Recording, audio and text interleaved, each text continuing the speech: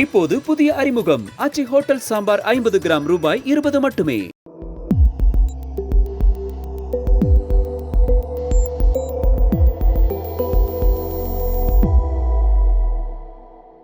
தமிழ் தடம் நேயர்களுக்கு வணக்கம். நம்மோடு உரையாட ஊடகவியலாளர் திரு கேப்ரியல் இணைந்திருக்காங்க. வாங்க பேசலாம். வணக்கம். வணக்கம். சில தினங்களுக்கு முன்பாக புதிய தலைமுறை ஒரு நிகழ்ச்சி ஒன்று ஏற்பாடு பண்ணியிருந்தாங்க. அதுல நிறைய கட்சி பிரமுகர்கள் கலந்துருந்தாங்க. நாம் தமிழர் கட்சி சார்பாக சாட்டை துரைமுருகன் அவர்கள் அதுல கலந்துருந்தாரு. அப்பொழுது சில மாணவர்கள் கேள்வி கேட்கிற மாதிரியான சில விஷயத்தை வச்சிருந்தாங்க. அப்போ ஒரு மாணவர் எழுந்து கேள்வி கேட்கிறாரு, நாம் தமிழர் கட்சி பேசக்கூடிய விஷயங்கள்லாம் பிரிவினைவாதத்தை தூண்டக்கூடிய விஷயங்களாக இருக்கு. இங்க இருக்கக்கூடிய பிற மொழி மக்கள் மீது வெறுப்பை ஏற்படுத்தக்கூடிய விஷயங்கள் கருத்தியலை நீங்க பேசிக்கிட்டு இருக்கீங்க அப்படின்னு சில விஷயங்கள்லாம் அவர் கோட் பண்றாரு. ஸோ இங்க இருக்கக்கூடிய மக்களை வெளியே போங்க அப்படின்னு சொன்னோம் அப்படின்னா, தமிழர்கள் நிறைய நாட்டில் நிறைய மாநிலங்களை போய் புழைச்சிக்கிட்டு இருக்காங்க. ஸோ அங்க இது போல விஷயங்கள்லாம் பேச ஆரம்பிச்சாங்க அப்படின்னா எப்படி சரியா இருக்கும்? அதனால நீங்க பேசக்கூடிய விஷயம் அப்படின்றது ஒரு பிரிவினையை தூண்டக்கூடிய விஷயமாக இருக்கு அப்படின்னு சில விஷயங்கள் அவர் சொல்லியிருந்தாரு. அது நிறைய பேர் எதிர்த்தும் ஆதரிச்சும் நிறைய பதிவுகள்லாம் போட்டுட்டு இருக்காங்க. ஸோ எப்படி பாக்குறீங்க இந்த விஷயத்த? எனக்கு ஆக்சுவலா அந்த தம்பி அப்படி பேசுனது சந்தோஷம்தான். ஒரு விவாதத்தை அது இனிஷியேட் பண்ணுது. இந்த மாதிரியான கேள்விகள்லாம் கேட்கும்போது அந்த கேள்விகளுக்கு நம்ம பதில் சொல்ல முடியும். அது ஒரு விவாதத்தை கிரியேட் பண்ணும். அந்த வகையில் எனக்கு சந்தோஷம்தான். ஆனா இப்ப என்னன்னா, இங்க ஒரு பிரச்சாரம் போய்கிட்டு இருக்கு. தமிழ் தேசியவாதிகள்னா காட்டு மிராண்டிகள், அவங்க மற்ற பிற மொழியாளர்களை அவங்க வெறுக்கிறாங்க, அடிச்சு விரட்டுறது, தமிழ்நாட்டை விட்டே நீங்களாம் வெளியேறணும்னு அவங்க சொல்றது, அப்படிலாம் எந்த தமிழ் தேசியவாதியும் சொல்லி நான் பார்த்தது கிடையாது. ஆனா இப்படிப்பட்ட ஒரு நெரேட்டிவ் பார்த்தோம்னா உருவாக்கப்படுது. ஸோ இந்த தம்பி இருக்காருல, யங்ஸ்டர் இருக்காருல, அவரும் தமிழ் தேசியவாதிகள் இப்படி சொல்லி அவர் கண்டிப்பா கேட்டிருக்க மாட்டாரு. எனக்கு தெரிஞ்ச எந்த தமிழ் தேசிய தலைவரும் இந்த மாதிரி பேசி நான் பார்த்தது கிடையாது. ஸோ மற்றவங்க சொல்றத அவர் கேட்டுட்டு இந்த மாதிரியான அவரோட ஒப்பீனியனை அவரு ஷேர் பண்றாரு. ஸோ முதல்ல என்னன்னா, அவரு ஒரு அறியாமையில இருந்து அவர் பேசுறாரு. அந்த விக்டிம் ஆஃப் ப்ரொபகண்டாம்பாங்கல்ல, இங்க கட்டவிழ்த்து விடப்படக்கூடிய அந்த பிரச்சாரத்துக்கு அவரு ஒரு விக்டிமா இருக்காரு. அது ஒண்ணு. ரெண்டாவது, இன்னொரு முக்கியமான விஷயம் என்னன்னா, தேசியம் அப்படின்றத நம்ம எடுத்துக்கிட்டோம்னா சில நேரங்கள்ல தேசியம் பேக் ஃபயரும் ஆகும். ஸோ தேசிய அரசியலை நம்ம பேசும்போது தமிழ் தேசியமா இருக்கலாம், எந்த தேசிய அரசியலாகவும் இருக்கலாம், ரொம்ப கவனமா நம்ம அதை கையாளணும். என்ன பொறுத்தளவுல ரெண்டு விதமான தேசியம் இருக்கு. ஒடுக்கப்பட்டவர்களுக்கான தேசியம் இருக்கு, அதே மாதிரி ஒடுக்கக்கூடியவர்களுக்கும் தேசியம் இருக்கு. சோ தேசியத்தை நீங்க ரெண்டு விதமாவும் நீங்க யூஸ் பண்ணலாம். இப்ப நிறைய பேருக்கு மனசுல இருக்கக்கூடிய சிக்கல் என்னன்னா, வெறுமனே இது ஒரு அடையாள அரசியலா இருக்கு அப்படின்னு அவங்க ஃபீல் பண்றாங்க. அப்படி நிஜமாவே ஒரு அரசியல் வெறுமனே அடையாள அரசியலா மட்டும் இருக்குன்னா அது பெரிய சிக்கல் தான். உதாரணத்துக்கு, என்னோட மொழி ரொம்ப பெருமையான மொழி, தமிழர்கள்னா நாங்கெல்லாம் பெரிய ஆட்கள் அப்படின்ற மாதிரி வெறுமனே அடையாளத்தை மட்டுமே மையமா வச்சு ஒரு அரசியலை கட்டமைக்கிறோம்னா அந்த அரசியலுக்கும் களத்துக்கும் சம்பந்தமே இருக்காது. மக்கள் பிரச்சனைகளுக்கு ஏதோ ஒரு வகையில அரசியல் சொல்யூஷனா இருக்கணும். ஸோ அரசியலுக்கும் களத்துக்கும் தொடர்பு இருக்கணும். அது இல்லாம வெறுமனே இந்த பெருமை பேசுறது, எங்களோட கலாச்சாரம் பண்பாடுன்னு பேசிட்டு இருக்குது, அப்படி மட்டுமே இருந்ததுன்னா அது முழுமையான ஒரு தமிழ் தேசிய அரசியலாவோ தேசிய அரசியலாவோ இருக்காது. இந்த அடையாளங்கள் அவசியம், ஆனா அதோட சேர்த்து கிரவுண்டோடையும் கனெக்ஷன் இருக்கும். இப்ப நீங்க எடுத்துக்கிட்டீங்கன்னா, தமிழ் தேசியத்தையும் மராத்தி தேசியத்தையும் நம்ம கனெக்ட் பண்ணலாம். தமிழ் தேசியத்தை பொறுத்தளவுல ஈழத்துல தமிழ் தேசிய அரசியல் பார்த்தோம்னா ரொம்ப வலுவான ஒரு செயல்பாட்டுல ஈடுபடுது. இப்ப ஏன் தமிழ் தேசிய அரசியல் அவங்க சூஸ் பண்றாங்க? குறிப்பா தமிழர்களா இருக்கிறனாலேயே அவங்க குறிவைக்கப்படுறாங்க. ஸோ அவங்க தமிழர்களா மட்டும்தான் ஒருங்கிணைய முடியும். ஸோ அதை நீங்க வெறும் அடையாளம் சார்ந்த ஒரு அரசியலா நீங்க பார்க்க முடியாது. அந்த அடையாளத்தை யூஸ் பண்ணி அவங்க சேர்றதுக்கான காரணம் என்னன்னா, அந்த அடையாளத்தை பேஸ் பண்ணி அவங்க ஒடுக்கப்படுறாங்க. ஸோ அவங்க தொழிலாளர்களா சேர முடியாது, ஏன்னா அவங்க தொழிலாளர்களா ஒடுக்கப்படலை. ஸ்ரீலங்காவில் இருக்கக்கூடிய மற்ற தொழிலாளர்கள் ஃபேஸ் பண்ண அதே ஒடுக்குமுறையை இவங்க ஃபேஸ் பண்ணல. இவங்க தமிழர்கள்ன்றதுக்காக டிஃப்ரெண்டா ட்ரீட் பண்ணப்படுறாங்க, டிஃப்ரெண்டா ஒடுக்கப்படுறாங்க. அப்ப தமிழர்களா அவங்க இணைய வேண்டிய ஒரு தேவை ஏற்படுது. தமிழ்நாட்டிலும் இன்னைக்கு அதுதான். இன்னைக்கு நம்ம இங்க மெஜாரிட்டி தமிழ்ஸ் இருக்கோம், பொலிட்டிக்கல் ரெப்ரஸன்டேஷன் நமக்கு பெருசா இல்ல. இங்க இருக்கிற பார்ட்டிஸ் எல்லாம் பார்த்தா திராவிட கட்சிகளா இருக்கு. இது வெறும் பேர் சம்பந்தப்பட்ட விஷயம் மட்டும் கிடையாது. நம்ம ஏற்கனவே சொல்றோம், இவங்க பேரை கூட இவங்களுக்கு தமிழ்ன்ற பேரை கூட யூஸ் பண்ண முடியல. இவங்க நமக்கான கட்சியே கிடையாது. இவங்க நாட் அவர் ரெப்ரசன்டேட்டிவ்ஸ். அதான் இங்க சிக்கல். ஸோ இங்க எனக்கு பொலிட்டிக்கல் ரெப்ரசன்டேஷன்ல என்னோட வளங்கள்லாம் சூறையாடப்படுது. அதனால ஒரு தமிழனா நான் பாதிக்கப்படுறேங்க. இதே அநியாயம் கேரளாவில் நடக்கல, இதே அநியாயம் ஆந்திராலயோ கர்நாடகாவிலும் நடக்கல, இங்கதானே இந்த அட்டகாசம் நடந்துட்டு இருக்கு. ஸோ அப்ப ஸ்பெசிபிக்கா இங்கன்னா தமிழ் அப்படின்ற அந்த அடையாளத்தை சுத்தி மொபைலைஸ் ஆக வேண்டிய தேவை இருக்கு. அதனால நான் தமிழனா ஒடுக்கப்படுறேன், அதனால நான் தமிழனா சேர வேண்டிய தேவை எனக்கு ஏற்படுது. இதுதான் ரொம்ப அவசியமான விஷயம். ஸோ அதனால வெறுமனே அடையாளம் சார்ந்த அரசியல் மட்டும் கிடையாது. தமிழ் அரசியலை பொறுத்தளவுல இதுக்கு ஒரு பேஸும் தமிழ்நாட்டுல இருக்கு, ஒரு பொலிட்டிக்கல் பேஸும் தமிழ்நாட்டுல இருக்கு. நிறைய மார்க்சிஸ்டுகள் குறிப்பா இந்த விமர்சனத்தை தேசியவாதிகள் மேல வச்சுக்கிட்டே இருப்பாங்க. ஸோ தமிழ் தேசியத்தை பொறுத்தளவுல ஒரு தேவையின் அடிப்படையில தான் இந்த அரசியல் உருவாயிருக்கு. இப்ப நீங்க இதே இது மகாராஷ்டிரால எடுத்துக்கிட்டீங்கன்னா தமிழ்ஸை டார்கெட் பண்ணாங்க. அங்க இருக்கக்கூடிய நேஷனலிசம் பார்த்தோம்னா அது ஒடுக்கக்கூடியவர்களோட தேசியமா இருக்கு. அங்க தமிழர்கள் ஒன்றும் பெரிய பலம் பொருந்தியவர்கள்லாம் கிடையாது. மோஸ்ட்லி நம்ம ரொம்ப சாதாரணமான வேலைகள் தான் பார்க்குறோம், பெரிய பணபலம் படைத்தவர்களும் கிடையாது. ஆனா அவங்க நம்மளை அட்டாக் பண்றதுக்கு மராத்தி பிரைட் இந்த விஷயத்தெல்லாம் யூஸ் பண்றது, அங்க இருக்கக்கூடிய ஒடுக்குமுறை எக்ஸ்பிளாய்டேஷன்ல இருந்து மீண்டு வர்றதுக்கு அந்த தேசியத்தை அவங்க யூஸ் பண்ணல. அவங்களுக்கு கீழே இருக்கக்கூடிய சாதாரண சாமானியர்களை அட்டாக் பண்றதுக்கு அதை யூஸ் பண்றாங்க. ஸோ இப்ப மேல இருக்கக்கூடிய அதிகார வர்க்கத்தோட எப்பவுமே பார்த்தோம்னா மராத்தி நேஷனலிசம் பேசுறவங்க காம்ப்ரமைஸ் ஆயிடுவாங்க. இந்திரா காந்தி தான் வளர்த்துட்டது. இந்திரா காந்தி ஏன் வளர்த்துட்டதுன்னா லோக்கல் இந்த மாதிரியான விஷயங்கள் பண்றது, கம்யூனிஸ்டுகளை காலி பண்றது, இந்த மாதிரியான தேவைகளுக்கு, அதாவது தொழிலாளர்களை பலவீனப்படுத்துறதுக்கு, தொழிலாளர்கள் ஒன்று சேரும்போது அவங்களுக்கு எதிராக திருப்புறதுக்கு, அப்புறம் தமிழர்கள் மாதிரியான மைனாரிட்டிஸ் அங்க இருக்காங்க இல்லையா, ரொம்ப எக்கனாமிக்ல ரொம்ப வீக்கா இருக்கக்கூடியவங்களுக்கு எதிராக மக்களை திருப்புறது, இதுக்கு மராத்தி நேஷனலிசம் யூஸ் பண்றாங்க. சோ இது ஒடுக்கக்கூடியவர்களோட தேசியமா அது மாறுது. அப்படிதான் இருக்குன்னு நான் சொல்ல வரல, அப்படிதான் யூஸ் பண்றாங்க. சிவசேனாவும் அந்த மாதிரிதான் யூஸ் பண்ணிருக்காங்க. நேஷனல் லெவல்ல பார்த்தோம்னா தேசியமே இப்படி நீங்க ரெண்டா பிரிக்கலாம். பாலஸ்டைன்ல பார்த்தோம்னா மக்கள் இந்த மாதிரிதான் ஒடுக்குமுறைக்கு எதிராக பாலஸ்தீனியன் நேஷனலிசம் ஃபைட் பண்ணிட்டு இருக்கு. அங்க பாலஸ்தீன மக்கள் ரொம்ப கொடூரமான ஒடுக்குமுறைக்கு உட்படுத்தப்படுறாங்க. ஸோ அதுக்காக அந்த மக்கள் சண்டை போட்டுட்டு இருக்காங்க. இன்னொரு சைட்ல நீங்க பாத்தீங்கன்னா ஹிட்லரோட நேஷனலிசம் பாத்தீங்கன்னா அது ஒடுக்கக்கூடிய தேசியமா இருக்கு. அதனால நேஷனலிசம்ல இந்த ரெண்டு கேட்டகரி இருக்கு. ஆனா மார்க்சிஸ்டுகள் இந்த செப்பரேஷனை கிளியரா புரிஞ்சுக்க மாட்டாங்க. மார்க்சிசம் பொறுத்தளவுல நீங்க தேசியம் பேசினாலே நீங்க மோசம்தான் அப்படின்ற ஒரு இடத்துக்கு வருவாங்க. ஸோ அதனால எல்லா தேசியமுமே வெறுப்பை கக்கக்கூடிய தேசியமா இருக்குன்னு அவசியம் கிடையாது, ஒடுக்கக்கூடிய ஆட்களுக்கான தேசியமா இருக்குன்னு அவசியம் கிடையாது.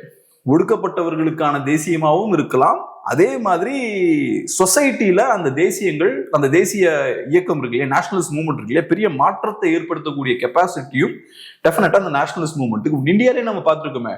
இந்தியன் நேஷனல் மூவ்மெண்ட் தானே இந்தியாவுக்கு விடுதலையெல்லாம் வாங்கி கொடுத்து இவ்வளவு பெருசா இந்தியாவை வளர்த்துருக்கு. அப்கோர்ஸ் கம்யூனிஸ்டுகளை ஏத்துக்க மாட்டாங்க, ஆனா இந்தியாவில் எவ்வளவு பெரிய சேஞ்ச் ஏற்பட்டிருக்கு, அது நேஷனலிசமோட ஒரு வெளிப்பாடு தான். இந்த மாதிரி நிறைய இடங்கள்ல நேஷனலிசம் பெரிய சேஞ்சை வந்து ஏற்படுத்தியிருக்கு. ஆனா இங்க ஒரு முயற்சி போய்கிட்டு இருக்கு. உரிமைக்காக மக்கள் போராடும் போது, உரிமைக்காக கஷ்டப்பட்டு மக்கள் ஒண்ணு சேரும் போது தமிழர்களுக்குன்னு ஒரு அரசியல் வேணும். இங்க தமிழர்கள் தான் இருக்கும் மெஜாரிட்டியா, நமக்கான அரசியல் கட்சியே இங்க இல்ல. அதை பேசும்போது இவன் தமிழ் தேசியம் பேசுறான், அப்ப இவன் ஹிட்லர் மாதிரி தான் இருப்பான்.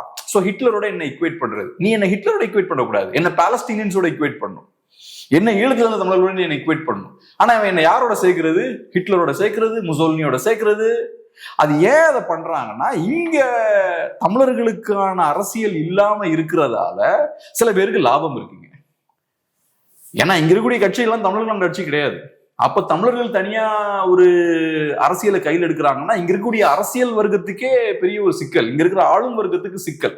சோ அதனால தமிழர்களா ஒருங்கிணைகிறது பெரிய ஒரு தெய்வ குத்தம் மாதிரி இங்க சித்தரிக்கிறாங்க. தமிழர்கள் ஒண்ணு சேரக்கூடாது, அப்படி சேர்ந்துட்டாங்கன்னா ஐயோ அது ஹிட்லர், ஐயோ முசோலின்னு பிராண்ட் பண்றாங்க. இந்த தம்பி இருக்காரு பாருங்க, அவரு அந்த பிரச்சாரத்தை நம்பிட்டு அவரும் பேசுறாரு. அந்த பிரச்சாரம் பண்றவங்க கிட்ட கேட்க வேண்டிய விஷயம் என்னன்னா, ரைட்டு தமிழர்கள் ஒண்ணு சேர்றது அவ்வளோ தப்புனா அவங்க ஒண்ணு சேர்ந்ததால என்ன பாதிப்பு ஏற்பட்டிருக்குன்னு சொல்லுங்க. தமிழர்கள் ஒண்ணு சேருவதால், தமிழ் தேசியத்தால் தமிழ்நாட்டுக்கும் தமிழ் மக்களுக்கும் ஏற்பட்ட பாதிப்பு என்ன அப்படிக்கு பெருசா வெறுப்பு கக்கிட்டாங்க, என்ன பண்ணிட்டாங்கன்னு கேட்கும். அப்படி கேட்டா ஒன்றும் பண்ண முடியாது. அதனால இந்த பிரச்சாரத்தை முறியடிக்க வேண்டிய தேவையும் இருக்கு. அந்த வகையில் அந்த கேள்வி அவர் மெயின் ஸ்ட்ரீம் மீடியால கேட்டது ரொம்ப நல்லது. ஏன்னா முற்போக்காளர்கள் சைலண்டா அந்த மாதிரி பேசிக்கிட்டே இருப்பாங்க. ஆனா இப்ப மெயின் ஸ்ட்ரீம் மீடியாவில் அது பேசினதுக்கு அப்புறம் ஒரு டிபேட்டா மாறுது. இது ஒரு பாசிட்டிவான விஷயம் தான். ஓகே, இப்போ தொடர்ச்சியாக வந்து தமிழ் தேசியம் நோக்கி இதை வைக்கப்படுறதை விட நாம் தமிழ் கட்சியை நோக்கி இதை வைக்கிறதா அவங்க குறிக்கோளா இருக்காங்க. இப்போ எல்லாருமே சொல்றாங்க நாங்களும் தமிழ் தேசியம் தான், நாங்களும் தமிழ் தேசியம் தான். விசிகா சொல்றாங்க, வேல்முருகன் சொல்றாரு. இப்போ தமிழ் தேசியம் நிறைய கட்சிகள் பேசுறாங்க. அப்போ அந்த கட்சிகளை நோக்கி இந்த கேள்விகளை அவங்க வைக்கல, அவங்க பர்டிகுலர் நாம் தமிழ் கட்சியை நோக்கி தான் இந்த கேள்வியை வந்து வைக்கிறாங்க. அப்போ சித்தாந்தத்தின் மீது இந்த கேள்வி வருது, சித்தாந்தத்தின் மீது உனக்கு மாறுபாடு அப்படின்றத விட ஒரு கட்சியின் மீது உனக்கு பிரச்சனை இருக்கா? எப்படி இதை பார்க்க? அந்த கட்சியின் மீது ஏன் பிரச்சனை இருக்குன்னா, அந்த கட்சி ஒரு தமிழ் தேசிய கட்சியா இருக்கு. விசிகே தன்னை ஒரு தமிழ் தேசிய கட்சியா அடையாளப்படுத்திக்கிட்டாலும் அவங்க தமிழ் தேசிய கட்சியா செயல்படல. சோ நீங்க உங்களை தமிழ் தேசிய கட்சின்னு சொல்லிக்கோங்க, அமெரிக்க தேசிய கட்சின்னு சொல்லிக்கோங்க, ஆனா நீங்க திராவிடத்தை ஏத்துக்கிற வரைக்கும் இங்க உங்களுக்கு பிரச்சனை இருக்காது. ஆனா நீங்க திராவிடத்துக்கு எதிராக செயல்படுறீங்கன்னா, தமிழ் தேசிய அரசியலை கரெக்டா கையில் எடுக்கிறீங்கன்னா அவங்க உங்களுக்கு எதிராக திரும்பிடுவாங்க. ஸோ விசிகே கிட்ட அதான் சிக்கல். அவங்க அப்கோர்ஸ் நாங்க தமிழ் தேசியவாதிகள் அவங்க சொல்லிக்கிட்டாலும் அவங்க செய்யக்கூடிய அரசியல் திராவிட அரசியல் தான். திராவிட கட்சிகளோட கூட்டணி வைக்கிறது. இன்னைக்கு திமுகவோட சேர்ந்துட்டு அவங்க 5 வருஷமா ஒன்றும் பெருசா பேசல, திமுகவுக்கு சாதகமா செயல்பட்டு இருக்காங்க. ஸோ இப்ப தமிழ் தேசிய கட்சினா என்ன பண்ணணும்? தமிழ் தேசியம்ன்ற ஐடியாலஜி என்ன? தமிழ் தேசியம்ன்ற ஐடியாலஜிக்கான தேவை எங்கிருந்து வருது? சோ இங்க திராவிட கட்சிகள் இருக்காங்க, அவங்க நிறைய விஷயங்கள் சரியா செய்ய மாட்டேங்கிறாங்க, தமிழர்களை முழுமையா அவங்க ரெப்ரசென்ட் பண்ண மாட்டேங்கிறாங்க. இங்க பார்த்தோம்னா பெரும்பான்மையான மக்களுக்கு, தமிழர்களுக்கு ரெப்ரசன்டேஷனே இல்லை. இதுதான் இங்க இருக்கக்கூடிய சிக்கல். அப்ப விசிக்கு அதெல்லாம் தான் பேசணும். அதெல்லாம் பேசாம நாங்களும் தமிழ் தேசிய கட்சி தான். எப்படி நீங்க தமிழ் தேசிய கட்சின்னு கேட்டா, நாங்க ஒரு காலத்துல தலைவரை சப்போர்ட் பண்ணோம், நாங்க தமிழ் தேசியத்தை பேசுவோம். அது கிடையாது, அது மட்டும் கிடையாது. அது தாண்டி இன்னைக்கு நீங்க இங்க இருக்கக்கூடிய ஆதிக்க சக்திகளுக்கு எதிராக நீங்க செயல்படணும். என்னைக்குமே வெளியூர்ல இருக்கக்கூடிய ஆதிக்க சக்திகளை எதிர்க்கிறது ரொம்ப ஈஸி. அதே மாதிரி வரலாற்று ரீதியா அநீதி விளைவிச்சிருப்பாங்க இல்லையா, அவங்களை எதிர்க்கிறது ஈஸி. நேற்று நடந்த அநீதியை தட்டி கேட்கறதுலாம் ஈஸி. ஆனா இன்னைக்கு நடக்கக்கூடிய அநீதியை இன்னைக்கு யார் அட்டுழியம் பண்றாங்களோ அவங்களை தட்டி கேட்கறது கஷ்டம். இன்னைக்கு நீங்க ஹாலிவுட் எடுத்துக்கிட்டீங்கன்னா ஸ்லேவரி அன்னைக்கு எப்படி இருந்ததுன்றதெல்லாம் ரொம்ப அழகா காட்டுவாங்க. 200 இயர்ஸ்க்கு முன்னாடி அங்க அடிமைத்தனம் இருந்தது, அதனால கருப்பின மக்கள் எப்படி பாதிக்கப்பட்டாங்கன்றதெல்லாம் ரொம்ப நுணுக்கமா அழகா ஹாலிவுட் படம் எடுக்கும். ஆனா இன்னைக்கு நடக்கக்கூடிய ஒடுக்குமுறையை பத்தி ஹாலிவுட் படம் எடுக்காது. இன்னைக்கும் நடக்குதுல ரேசிசம், இன்னைக்கும் அங்க அந்த அமெரிக்கன் சொசைட்டி சமமான ஒரு சொசைட்டியா இல்ல, வெள்ளைக்காரங்களுக்கு அதிகமான பிரிவிலேஜ் இருக்கு, கருப்பின மக்களுக்கு அந்த பிரிவிலேஜ் இல்ல, அதை பேச மாட்டான். நேத்து நடந்த அநீதியை பத்தி பேசுறது ஈஸி, ஏன்னா அதனால இன்னைக்கு இருக்கக்கூடிய ஆளும் வர்க்கத்துக்கு ஒரு பிரச்சனையும் இல்லை. சோ அதனால ஆளும் வர்க்கம் உங்களுக்கு அனுமதி கொடுக்கும், பிடிச்ச மாதிரி படம் எடு, ஜாலியா நானும் பண்ணு. ஆனா இன்னைக்கு இருக்கிறத பேசுறதுக்கு அனுமதி கிடைக்காது. அதே மாதிரிதான் இங்கேயும். நீங்க இங்க உட்கார்ந்துகிட்டு கியூபாவில் நடக்கக்கூடிய பிரச்சனையை பத்தி பேசலாம், பாலஸ்டைனுக்காக குரல் கொடுக்கலாம், ஈரானுக்காக குரல் கொடுக்கலாம், ஈழத்தை பத்தி பேசுவாங்க, தேவைன்னா பேசுவாங்க, கரெக்டா தேவைக்கு ஏற்ற மாதிரி யூஸ் பண்ணிப்பாங்க. ஆனா இங்க நடக்கக்கூடிய அநீதியை பேச மாட்டேங்கிறாங்க. நீங்க எல்லாமே சமூக நீதி எடுத்துக்கூடியவங்க தானே, உங்களுக்கு கிளியரா பார்த்தா தெரியும். இங்க இருக்கக்கூடிய பவர்ஃபுல் மினிஸ்டர்ஸ்ல தமிழர்கள் எவ்வளவு பேர் இருக்காங்க? பவர்ஃபுல் மினிஸ்டர்ஸ் எல்லாமே நான் தமிழ்ஸ் தான். அப்ப தமிழ் தேசியம் வளரதான் செய்யும். அப்படி நீங்க பண்ற இந்த அநியாயம் அக்கிரமத்தால தமிழ் தேசியம் வளருதுன்னா அவனை பிராண்ட் பண்றது. இவங்கெல்லாம் ஹிட்லர் மாதிரிங்க, ரொம்ப ரொம்ப மோசமானவங்க, என்ன பண்ணிட்டானுங்க சேர்ந்து, நம்ம என்ன பண்ணிட்டோம் பெருசா. ஸோ அதனால விசிகே அஃப்கோர்ஸ் அவங்க சில நல்ல விஷயங்கள்லாம் பண்ணியிருக்காங்க. ஆனால் தமிழ் தேசிய கட்சியான்னு கேட்டால் தமிழ் தேசிய கட்சி கிடையாது. தமிழ் தேசியன்றது நான் வாயால சொல்லிக்கிறது இல்லை, அது என்னோட செயல்பாடு சம்பந்தப்பட்ட ஒரு விஷயம். நான் ஒரு கட்சி வச்சிருக்கேன்னா அந்த கட்சியோட குணம் சார்ந்த விஷயம். அந்த கட்சியோட குணத்தை தீர்மானிக்கிறது இது அவங்களோட செயல்பாடு, அவங்களோட சித்தாந்தம்.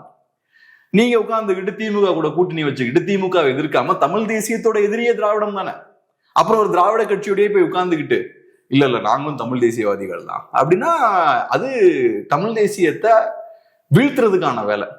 திராவிடமும் தமிழ் தேசியமும் ஒண்ணுன்னு சொல்றது தமிழ் தேசியத்தை மழுங்கடிக்கிறதுக்கான, வீழ்த்துவதற்கான வேலை தான்.